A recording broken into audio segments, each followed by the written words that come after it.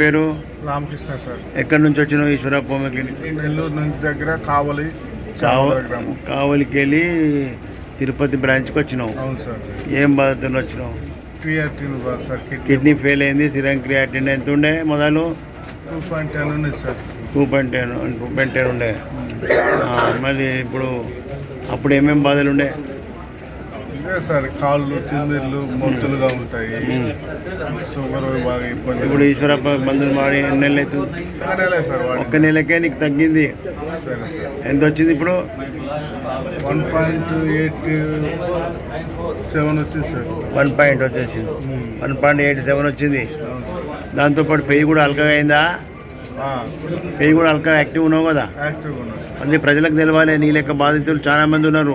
అవును సార్. తెలియక ఈ డయాలసిస్ పోయి నరకం అనుభవిస్తున్నారు. ప్రజలకు తెలవడానికి నీ అభిప్రాయం తీసుకుంటున్నా. నీ సక్సెస్ అయిన కేసు. నీ లెక్క ప్రజలు కూడా మంచిగా హోమియోపతిలో మంచిగా తక్కువ చేసుకోవాలని చెప్పి నీ అభిప్రాయం. 10 మందికి చెప్పాలని ఉన్నారు సార్. మీ చెప్పాలి.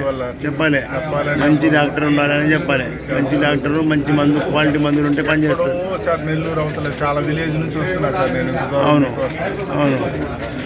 ఏం కాదు, మంచిగా అవుతావు రాము. సరే సార్.